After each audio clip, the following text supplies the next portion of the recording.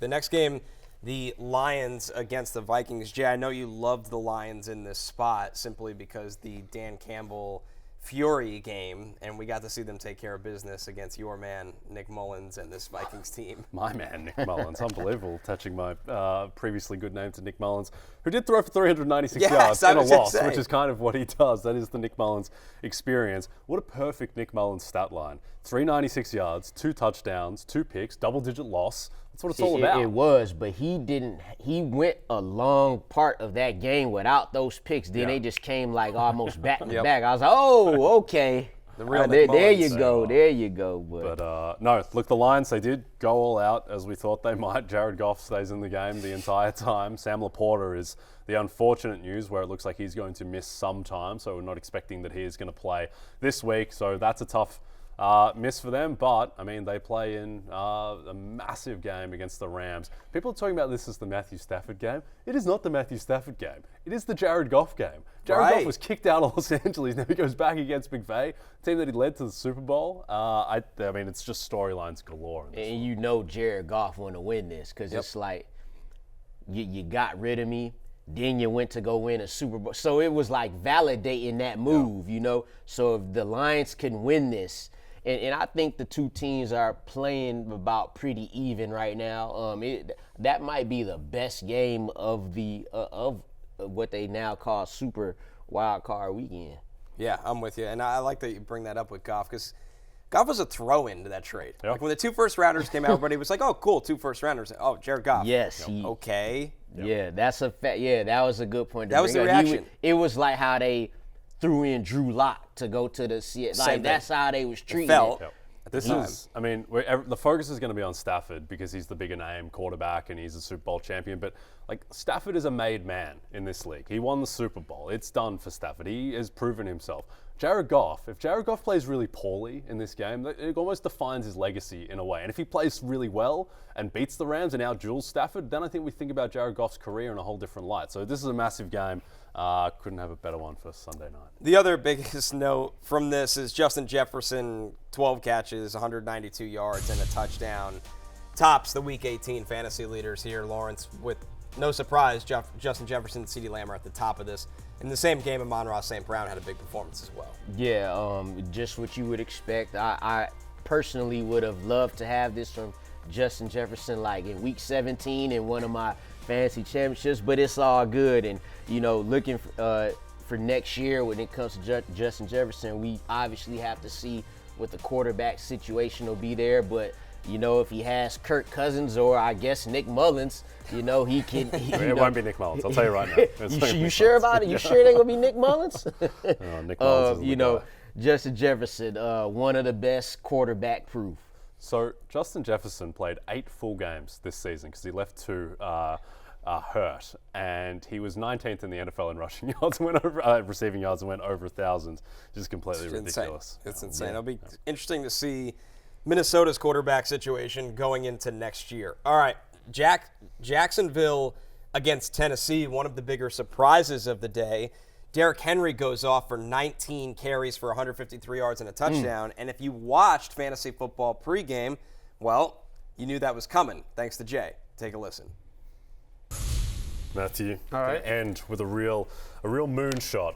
Okay. I talked about Derrick Henry earlier. Derrick Henry, 100-plus rushing yards at plus 800. Can you imagine that going into the season, that Derrick Henry would ever be plus 800 to get 100 rushing yards? This guy used to get 100 rushing yards for fun. He's done it 3 times this season. 2 weeks ago, he went 19 for 88. We think of the Jags as a good run defense. Not in the second half of the season. They're down to 21st in run defense efficiency. I think the Titans go all out to win this game for Henry, for Tannehill, Vrabel. We talked about the uncertainty with him. And I think this game is going to be close enough that they're not going to get out of a run script. So plus 800, Derrick Henry, 100+. That's just way too big for me.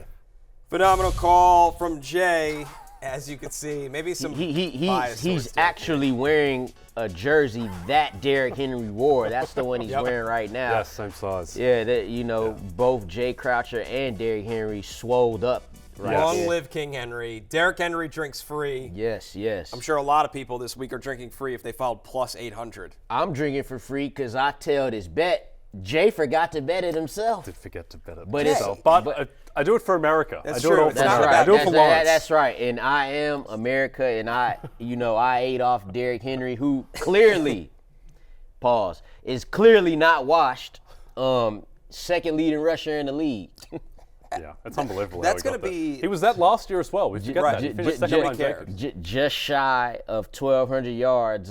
Next season, he's going to make some. He's going to add to some team. I'm trying to watch what I say right here. He's going to add to some team, make them really good. Dallas Cowboys, Baltimore Ravens. Hey, somebody out there, he gonna be back. Yeah. Well, first of all, this is the same jersey as I was wearing in that photo, and it is unbearably small. They didn't have any larges at the Titans store in Nashville. Youth yeah, XL. it's not a great fit. It's like my Jack Wilshere Arsenal You got to roll the jersey. sleeves up a little bit. Yeah, a little show bit. the guns. Yeah. But you know what I'm saying? so I was taken in Nashville outside the Titans-Chiefs game a couple of years ago, and I will never forget, and I always have a soft spot for the Titans in my heart after that trip to Nashville, where later that night I was in a bar. I was wearing my Titans hat. The Henry jersey was back at the hotel. Wearing my Titans hat, going to the men's room. Guy comes next to me, big kind of Nashville man, and he looks at me, sees my hat, and he goes, "Yeah, boy, tighten up." And I'm like, "Yes, this is what it's all about. This is my fan base. Tighten up." Yeah. Oh, it's incredible. Yeah, great game for Derrick Henry. Great call from Jay. I think the only thing almost as impressive as that call is Lawrence's amount of Braves hats he has. Yes. Every time we show sound for the show, this? I missed. Well, this is, Memorial Day? as you can see, it's a flag behind here. That means America. And then there's an Atlanta symbol right here. So Atlanta in America. And I think we'll talk about that a little later on. Yes, So, both things colliding. Yeah. In the same game, Tyjae Spears, 3 carries, 25 yards, and a touchdown. 3 catches, 41 yards, and a touchdown. But I think what we care about, Lawrence, with Spears, who was a thing this year, Yes, sir. is that this should be his backfield next year. Next year it'll be him. We'll see him rise in a crazy way next year when it comes to these fantasy football drafts. You in the first 3, 4, 5 rounds, you'll see him go in there. He looked the part. He was able to play well while Derrick Henry went off on the Jacksonville Jaguars. 3 carries, 25 yards and a touchdown, another 3 catches for 41 yards. So he's going to be one of those, double threat running backs coming out the backfield who's going to go get you 70 catches and then rush for 1,000 yards at the same time too. So it'll be good talk around him heading into the 2024 fantasy season. Yeah, just with the Jags, producer Steven, one of the world's greatest Jags fans, perhaps actually number 1, he came into my office because I was watching the early slate at NBC yesterday, and he's just a broken man. Because this Jags team, the way that they have collapsed has just been so disappointing. A lot of these Henry runs and the Tyjae Spears, the touchdown for him, like what are they doing with their tackling? It's just all arm tackles. It's like they weren't trying. It was bizarre, and they really could have come back and won the game, but to me, the story of this season, Connor, and I'm interested for your thoughts, is just Trevor Lawrence. And is this just the injuries and they've just piled up, and is this a write-off? Because on that final drive, he missed Calvin Ridley for what would have been a 70-yard touchdown bomb to get them within 2 for the 2-point. And then the 3rd and 2 and the 4th and 2 throws, they're just not even close. Like, what is wrong with him? Right, and I do wonder if some of that is the injuries. We know he's had multiple lower body injuries. We know about the shoulder. He's had almost everything this year. Concussion. Mm-hmm. I think with Lawrence, and it feels like he played through everything, which can compound a little bit.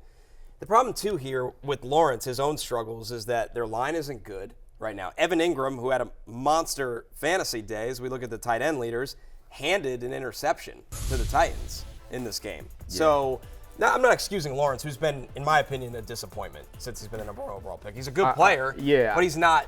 We thought he would be. I mean, generational was the word. Andrew Luck. I think he gets to pressing a lot. Like I know, like Trevor Lawrence, I noticed it in 2 or 2. They get in these certain situations. Maybe you get down a touchdown or 2, and you start feeling like you got to make the biggest play. Because, like you said, the first interception was off of Evan Ingram's hands, but the second one was definitely not. And it's like you're in a winning end situation, So it's a bad team. Bad defense. A team you should be beating.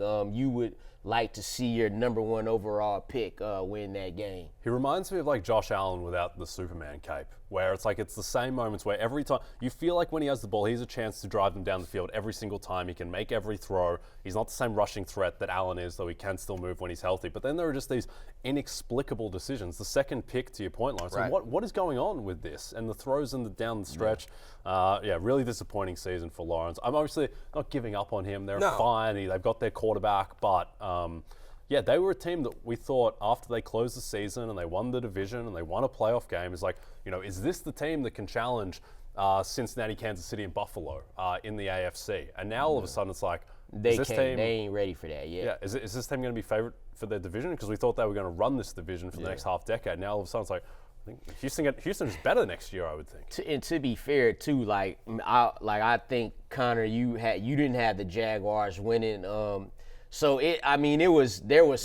was some reservation, but it was like, all right, I'll put my money on the Colts to win the division, but it's like nobody's shocked if the minus 165 Jaguars win the division because they're supposed to. But not only did the Colts not win it, it was the Texans with a rookie head coach and a rookie quarterback. That's what's crazy about it. The problem, I think the biggest problem at large is Jacksonville is in this weird spot where we think Doug Peterson is a fine coach. Yep. It's not that. Yep.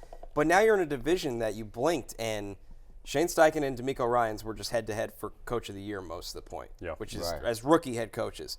Mike Vrabel's already won it. Yeah. Now, Mike Vrabel, there's some rumors going around. We don't know if he's there long-term. We'll have this conversation assuming he is.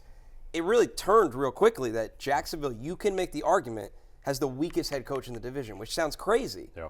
But it feels like we might have landed there. Very impressive what Shane Steichen was able to do this year. Like Without Anthony Richardson. He was playing for the division in Week 18. So once they get Richardson gets back, then this division really gets fun.